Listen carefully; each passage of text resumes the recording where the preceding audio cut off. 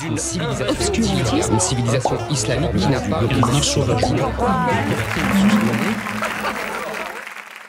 Bonjour, bienvenue dans Rhinocéros. Est-ce que vous vous souvenez du dernier épisode? C'était il y a 2 semaines. Le dimanche il y a 2 semaines, vous vous souvenez du dimanche il y a 2 semaines? Ouais, on pense pas que ce soit l'épisode qui vous a le plus marqué puisque c'était le soir des élections européennes. Alors on s'était dit que ce serait peut-être pas passionnant le résultat des européennes, donc qu'on allait vous parler d'autre chose. Et là t'as l'autre génie qui dissout. Voilà, dissolution surprise. Alors autant vous dire que plus personne n'en avait rien à branler de notre Rhinocéros sur le service public. Oui, puis de toute façon, si le RN passe, ce sera pas la privatisation à bas bruit qu'on vous décrivait. Non, ce sera la privatisation directe, là, maintenant, tout de suite. La privatisation du service public de l'audiovisuel, c'est 3 milliards d'euros. Donc vous voyez, nous avons identifié... Le faire très vite, ça privatiser l'audiovisuel. Ça ne se fait pas en 15 jours, mais ça se fait dans le cadre d'un mandat. Non mais tout va trop vite là, pour vous, pour nous, pour tout le monde. Et là, si ça se trouve, aujourd'hui, c'est encore passé des nouvelles dingueries, on sait pas. Donc oui, ce qu'on va faire là, c'est qu'on va revenir sur la première semaine de cette campagne ahurissante, à tête opposée. On va faire ça chronologiquement pour tout remettre au clair. Parce qu'il s'en est passé des choses depuis l'annonce de la dissolution. La fameuse grenade dégoupillée par Manu Max a en effet tout fait exploser et le système médiatique a réagi dans l'urgence. En vérité, ce soir-là et les jours qui ont suivi, c'est comme si tout ce qui avait été patiemment mis en place depuis des années dans les médias dominants nous pétait à la gueule. Cette campagne électorale de 3 semaines se joue largement dans les grands médias et il faut voir dans quel état sont ces grands médias. Peut-on encore seulement y mener une campagne normale ? Aujourd'hui, on va vous parler d'effets de cadrage, de journalistes obsessionnels, d'éléments de langage et de médias bolorisés. Bref, c'est une super occasion de revenir sur tout ce qu'on a vu dans Rhinocéros. Et en plus, ça tombe bien, on arrive à la fin de la saison. Oh, bah oui, comme ça on va pouvoir dire qu'on avait raison, c'est super. Que tous ces rhinocéros là sur les plateaux, ça a bel et bien contribué à la montée en puissance de l'extrême droite. Pile comme on disait nous. Ah bah on est content, on est bien avancé. Pays finito, mais putain quelle fin de saison. Bravo rhinocéros, bravo. Excellent. Bon, allez, retour dimanche 9 juin. 20h, annonce des résultats. Score de dingue pour le RN, normal. Tout le monde trouve ça normal. Je vous laisse écouter l'analyse de Brice Teinturier d'Ipsos. C'est la 3e fois que le RN est en tête des européennes et c'est dû à sa capacité à imposer des thèmes et aussi à la personnalité de sa tête de liste. Oui, c'est ça. Puis Bardella, il parle bien, il est jeune, il fait des TikTok. Merci pour l'analyse. Le soir même, t'accusais les médias et t'as même ressorti ton fameux graphique. Oui, mon graphique. J'ai fait 20 000 likes avec mon graphique sur Twitter. 1 million de vues. C'est bien, c'est bien. Oui, c'est bien. Hein. On est content. Ouais. J'avais tweeté « Je n'oublierai pas ce graphe ». Ce graphe, il montre l'exposition médiatique des candidats. Il montre Bardella tout en haut avec 17 309, suivi par Glucksmann avec 11 832. 11 832 quoi? Tu le dis pas. Oui. Bah non, je l'avais déjà dit dans Backseat, où j'avais sorti le même graphique, j'avais même sorti 2 fois le graphique. J'avais essayé d'expliquer. Est-ce que c'est possible de remettre mon graphique de tout à l'heure, le graphique de ma carte blanche? Je sais pas s'ils l'ont gardé. Vous l'avez mis à la campagne là.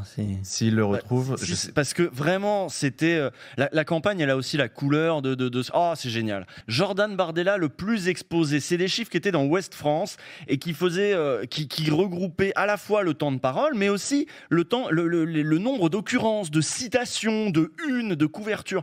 Il y a eu une surexposition de Jordan Bardella, mais d'une force. Apparemment, mes explications n'étaient pas hyper claires, mais le graphe a quand même beaucoup circulé, au point que Check News a dû faire un article pour expliquer un peu les méthodes de calcul de l'agence qui avait procédé à toutes ces mesures. C'était très intéressant, mais le résultat final, c'est que c'est pas bidon. Hein. On a énormément parlé de Jordan Bardella dans cette campagne. Il a bel et bien bénéficié d'une surexposition médiatique, le bougre. Donc, quand on entend Brice Teinturier dire sur France 2... Et c'est dû à sa capacité à imposer des thèmes et aussi à la personnalité de sa tête de liste. Mais il les a imposés à qui, ces thèmes? Il les a imposés aux grands médias. Et est-ce qu'ils ne se sont pas un peu laissés faire, ces grands médias? Est-ce qu'ils avaient manifesté l'envie de parler d'autre chose? Est-ce qu'ils avaient l'air motivés pour, faire des petits sujets sur le social, etc. Pas du tout, pas du tout. Je voudrais qu'on revoie le graphique. Non, c'est bon. On avance là, parce qu'on a encore plein de choses à dire. Oui. On va rester sur France 2, parce qu'il y a autre chose qui a pas mal tourné, c'est cette image de Nathalie Saint-Cric avec son petit papier. C'est Mourad Guichard qui a isolé ce moment, c'était dans son émission de Critique Média du mercredi 12 juin sur la chaîne Le Média. Et elle a cherché, personne ne parlait de Jean-Luc Mélenchon, et donc elle s'est jetée à l'eau, et regardez, elle pensait pas être à l'antenne, voilà ce qu'elle a fait, le geste est magnifique. Regardez avec Je dis attention. juste sur les rapports de force, juste pour quand même avoir un peu de mémoire, avec toute mon amitié. Mais quand même... JLM1PB. Jean-Luc Mélenchon, un problème. Voilà, c'est du Saint-Cric tout craché, ça fait des années que ça dure, mais là quand même, c'est pas discret. Et ce soir-là, Nathalie Saint-Cric, elle était en pleine forme. Y a pas que ça, on a noté d'autres moments. Elle ne s'est pas laissée déstabiliser par l'annonce de la dissolution, elle a pas non plus paniqué devant le pari fou d'Emmanuel Macron. Non, bah pour elle, c'était pas un pari fou, c'était un pari courageux. Un pari habile, je vous jure, elle a trouvé ça habile, Nathalie Saint-Cric, sur le moment, le dimanche soir. C'est un pari, vous l'avez dit tout à l'heure, qu'on peut juger courageux en fonction de ce qu'on pense, mais c'est aussi un pari qui peut être habile. Il suffit de voir l'état dans lequel est la NUPES, et vous l'avez tous souligné ce soir. On sait très bien que le LFI... Non mais attendez, il n'y a pas que... Donc le calcul politique existe. Elle trouve ça habile parce que la gauche va être prise au dépourvu, donc elle dit bien joué. Ouais, le RN peut gagner, mais bien joué, parce qu'au moins, là, la gauche est bien niquée, hein. Ils sont coupés en deux, là, après les européennes, la gauche Glucksmann, la gauche Mélenchon. Waouh, quel coup, génial, Macron. Ah oui, elle a tout bien analysé, Nathalie Saint-Cric. Pour elle, l'union de la gauche, c'est impossible. Ils auront pas le temps de refaire un truc comme la NUPES, c'est évident. On sait très bien que vos fameux accords qui avaient été faits en 4e vitesse, et finalement sur un programme sur lequel vous n'étiez pas d'accord, et qui vous avait permis d'avoir beaucoup de députés et de faire 25% des voix, ne sera pas fait en 2 jours. Vous voyez bien ce petit ton, hein? Comme si c'était une évidence. On sait très bien que la gauche... Qu'est-ce que tu sais de la gauche, Nathalie Saint-Cric? Tu sais rien de la gauche, tu sais rien de nous. On l'a pas fait en 2 jours, on l'a fait en 24 heures. Et oui, le soir même, il y avait Ruffin là qui disait Front Populaire, Front Populaire. On a fait tout de suite l'union, ou presque. Écoutez, on a un taré à la tête de l'État, là. C'est un pyromane de la République. Là, ce qui va se passer, c'est que qu'est-ce qui reste face au Rassemblement national? Les macronistes vont se prendre une 2e raclée. C'est tout. Donc il nous reste que la gauche. Il reste que la gauche pour pouvoir faire front au Rassemblement national. Et je le dis dans ce moment, je le dis avec gravité, avec responsabilité, il nous faut une gauche unie. Il faut arrêter les conneries. Voilà, là on n'est même pas 1 heure après l'annonce de Macron, et Ruffin enclenche déjà le truc, quoi. Oui mais attends, il a dit que Macron était taré. On va quand même pas laisser passer ça, hein. Je reprends les mots que vous venez d'employer. On a un taré à la tête de l'État. Quoi qu'on pense du président de la République et de sa décision de dissoudre l'Assemblée, est-ce qu'un député de la Nation peut parler comme ça du chef de l'État? C'est un ouf, lui. Hein. Le RN est aux portes du pouvoir et lui, il est là. Oh là là, c'est pas une raison pour être psychophobe, François Ruffin. Et puis, il ne rebondit pas sur l'union des gauches parce qu'il ne prend pas ça au sérieux. C'est le lendemain, quand les discussions entre les partis vont commencer, que le petit milieu de l'éditocratie va enfin finir par prendre ça au sérieux. Ouais, et alors là, panique celtique. Pour moi, c'est un très grand choc. Et c'est une extrêmement mauvaise surprise. Parce que malgré les dénégations de Bastien Lachaud, on pourrait faire pas une seule réflexion comme l'a fait François Calfon, mais une longue liste de dérapages antisémites de Jean-Luc Mélenchon et de certains de ses proches. Donc, c'est très choquant qu'un certain nombre de gens au Parti socialiste, chez les écologistes, chez les communistes, considèrent que ça n'est pas un problème. Et on est reparti avec le cadrage dominant depuis le 7 octobre. La France insoumise est antisémite et le Front National est devenu le grand défenseur des Juifs de France. Le 17 juin, le site Au Poste a publié un petit texte signé par de nombreux intellectuels. Un texte qui s'intitule « Réponse collective à une infamie sur l'accusation d'antisémitisme portée contre la France insoumise ». Un texte qu'on vous invite à lire car il remet beaucoup de choses au clair sur le sujet. Voici un extrait. Dans la conjoncture cruciale et dramatique que nous traversons, les adversaires du nouveau Front populaire répandent sur LFI une calomnie en la caractérisant comme un parti antisémite, voire le plus grand parti antisémite du pays. Cette accusation est d'une gravité sans nom. Elle se propage pourtant comme une formule toute faite dans certains médias et chez des personnalités politiques qui en ont fait leur unique argument dans une bataille haineuse contre toute une partie de la gauche. Et sur tous les plateaux, de toute façon, ce soir-là, c'était ça, hein, le plan. L'idée, c'était de dire que l'union était impossible ou alors qu'elle était contre nature. Que si la gauche s'unissait, eh ben, c'était une trahison. On sentait vraiment que l'idée d'une gauche qui s'unit, une gauche qui serait capable de tenir tête au RN ou à Macron, ça les a rendus zinzin. Zinzin. Ils ont perdu leur nerf, mais regardez ce pauvre Renaud Pilat, dans quel état il est. Il est devenu tout rouge. Ah ouais.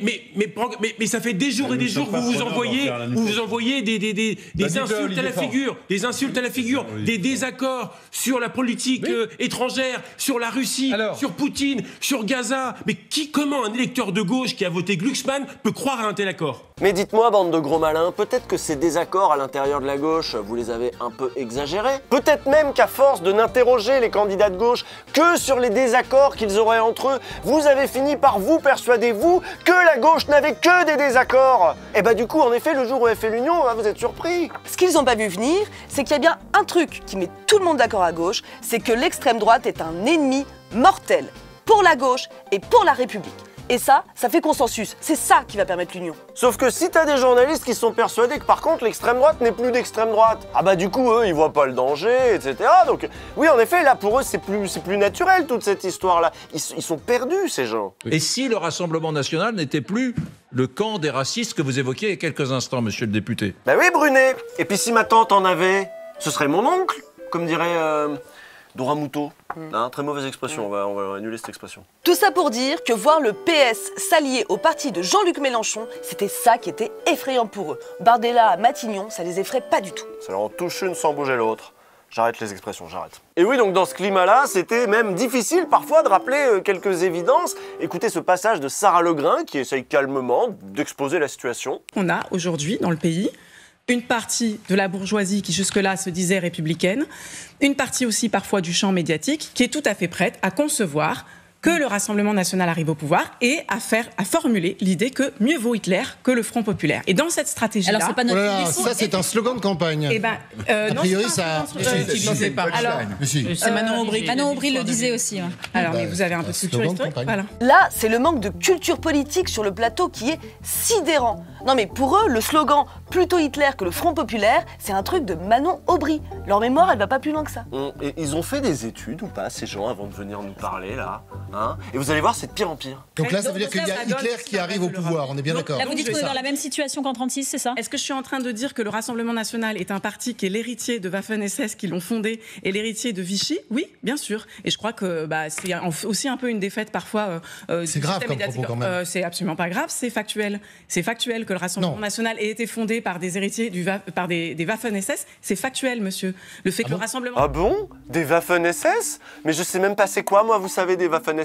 Je suis juste commentateur sur LCI, moi. Hein. La division Charlemagne des Waffen-SS avait accueilli des Français pendant la guerre.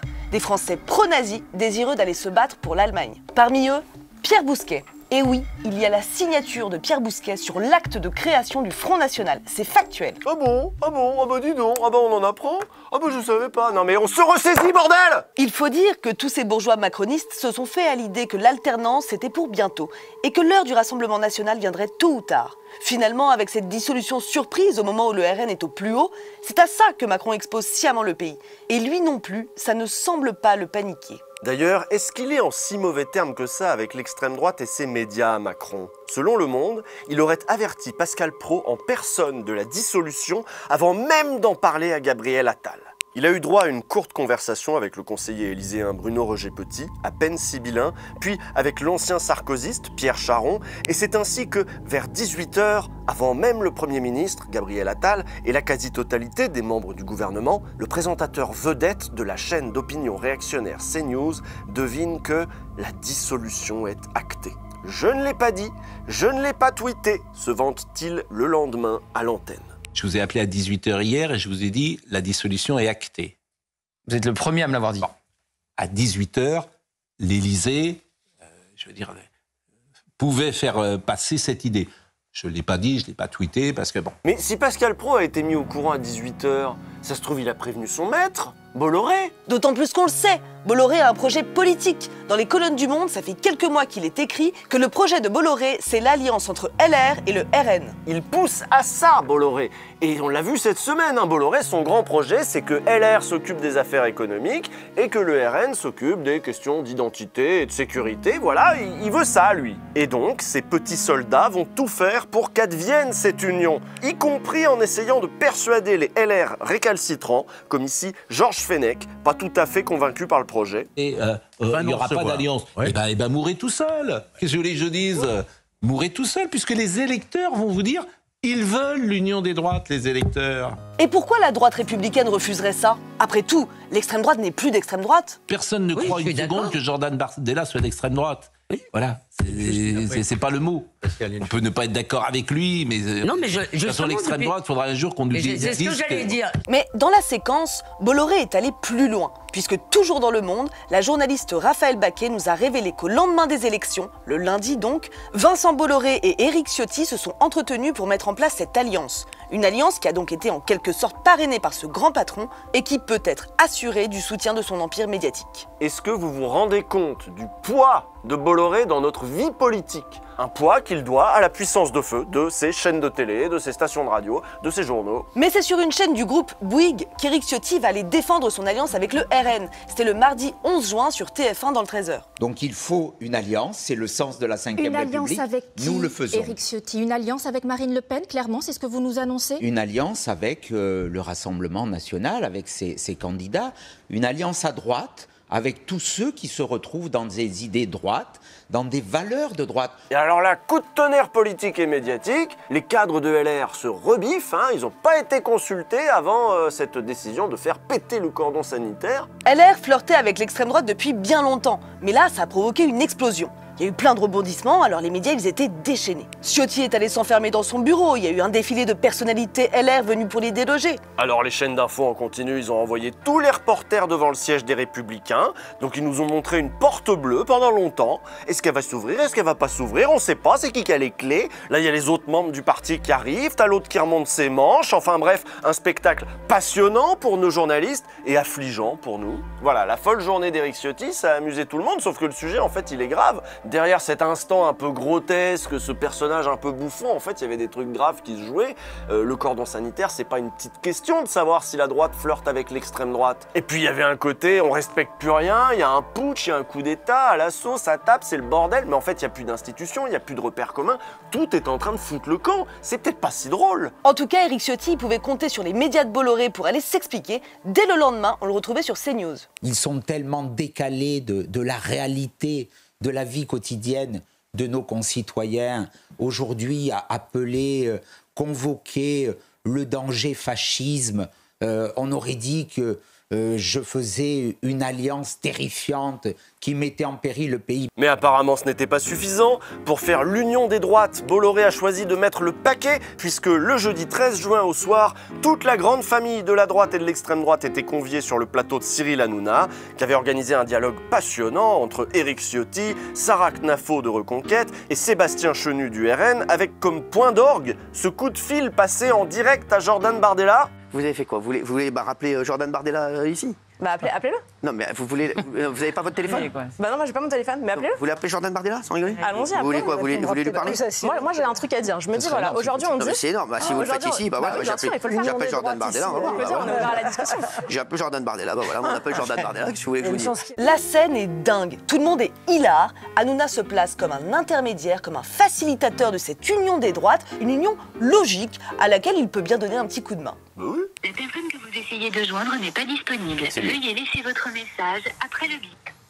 Donc je dis, Jordan, on se connaît depuis qu'on a 17 ans, on s'est rencontrés quand on avait 17 ans. Bon, vous le savez, de toute façon, Hanouna, là, sa forme finale, maintenant, c'est que c'est tout simplement un animateur d'extrême droite. Il promeut l'extrême droite dans le choix de ses sujets, dans le choix de ses chroniqueurs, dans le choix de ses invités. En parallèle, il est aussi en mission contre la gauche et c'est devenu extrêmement violent. On est dans la pure propagande et derrière, bien sûr, il y a toujours Bolloré. Attends, les gens. Par exemple, moi je te le dis, LFI au pouvoir, je pars, c'est sûr. Oui, c'est ça. On fait l'émission où? Ah bah on va dans ton cul. Il n'y a pas la place pour un aussi grand studio. Ah non mais je te le dis, moi c'est sûr et certain. LFI au pouvoir, je... Ah non. Bolloré est un facho, il veut le RN partout. Hanouna un collabo, on sait bien qu'il lui doit tout, c'est son chien. Bien obéissant tout, fait ce que dit son même maître en échange de sous-sous. Hanouna est devenu une pièce maîtresse du dispositif médiatique de Bolloré. Un Bolloré qui ne peut plus s'en passer et qui lui a créé spécialement pour cette campagne une émission sur Europe 1. Non mais voilà, il se cache même plus. Enfin je veux dire, c'est évident. Nous on n'a plus rien à décrypter. Je veux dire, tout est là. C'est limpide, c'est là, voilà, on sert à rien. Dimanche 16 juin, on a appris que Cyril Hanouna allait avoir droit à une émission quotidienne de 2 heures sur Europe 1. Bolloré est en campagne et adapte les grilles de sa station de radio. On sent un peu l'improvisation, ceci dit. Le communiqué et l'annonce disaient explicitement « en raison de l'actualité politique ». Et puis le titre de l'émission a changé et on est passé de « Cyril Hanouna refait l'actu » à « on marche sur la tête ». Enfin, le détail le plus marquant, c'est qu'il est précisé que cette émission durera 2 semaines, c'est-à-dire jusqu'au résultat des élections, le temps de la campagne, une émission faite exprès pour pousser le RN. À cette heure-là, sur la grille, il y avait Sophie Davant. Alors vous allez voir, elle a eu le droit de dire un petit mot avant de partir. On change de programme l'après-midi sur Europe 1 en raison de l'actualité politique. La direction de l'antenne a décidé de consacrer ces 2 heures à des débats et des échanges en vue des élections législatives qui se tiendront dans 2 semaines maintenant. Donc j'accueille Cyril Hanouna sur l'antenne. J'embrasse les auditeurs qui m'ont suivi tout au long de l'année. Je leur donne rendez-vous à la rentrée et juste vous dire que j'ai passé une année formidable en votre compagnie. Cyril, bonne chance. Merci Sophie, t'es un amour. Je peux te faire un petit bisou? Oui, bien sûr. Merci, ça va me porter chance. Évidemment, Hanouna a ramené toute sa bande de fins analystes de la vie politique. Tous ces sbires là. Il y a même Pascal Praud. Oui, Pascal Praud qui est venu pour pouvoir marteler encore ce qu'il martèle déjà 2 fois par jour sur CNews et sur Europe 1 déjà aussi d'ailleurs, il a aussi un créneau. Les Français ont le sentiment, qui est sans doute vrai, que LFI est un parti infréquentable et extrémiste et que le RN c'est autre chose. C'est pas un parti qu'il qualifierait d'extrême droite, si tant est qu'on puisse définir ce qu'est l'extrême droite. Je voudrais bien qu'on m'explique un jour précisément. La presse papier du groupe Bolloré a elle aussi été mobilisée. Il y a eu la couverture de Paris Match qui nous montrait les droites unies face à la gauche, quitte à retirer Macron. Il n'y a plus de Macron. Le JDD, lui, a commencé à répandre des rumeurs contre les républicains qui ne soutenaient pas Ciotti, les accusant de comploter déjà avec les macronistes. Et l'obsession de Bolloré, l'union des droites, commence à être partagée par le Figaro. Ça, c'est nouveau. Ouais, mais allons-y! Le directeur de la rédaction du Figaro, Alexis Brézé, a fait un petit édito sur Europe 1 pour défendre cette union des droites. Plusieurs membres de la rédaction du journal se sont inquiétés, dont Sophie de Ravinel, qui a tweeté « Le Figaro, par la voix d'Alexis Brézé, s'engage en faveur de l'accord qu'Éric Ciotti veut nouer pour les LR avec le RN. Est-ce encore le journal qui a défendu Alfred Dreyfus, soutenant son innocence quand presque toute la presse acquise à l'extrême droite le condamnait? Plus tard, Alexis Brézé a fini par déclarer que le Figaro ne donnerait aucune consigne de vote. Voilà, ils vont pas non plus appeler à voter contre l'extrême droite.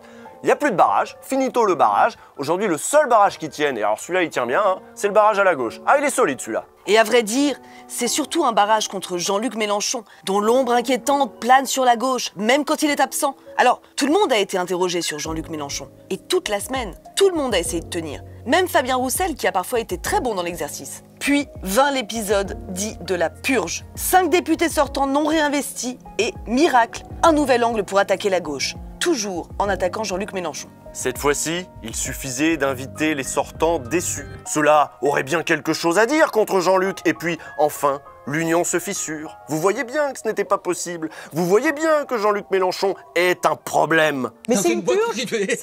Non mais dans une boîte privée, ça se passerait même pas comme ça, sans aucun commentaire, aucun coup de fil. C'est intolérable. Mais c'est pas l'essentiel. Oui, qu'est-ce que ça dit de Jean-Luc Mélenchon et de son fonctionnement? Mais pourquoi vous ne dites pas Jean-Luc Mélenchon doit prendre ses responsabilités et doit partir parce qu'il est un frein, un empêchement à l'union?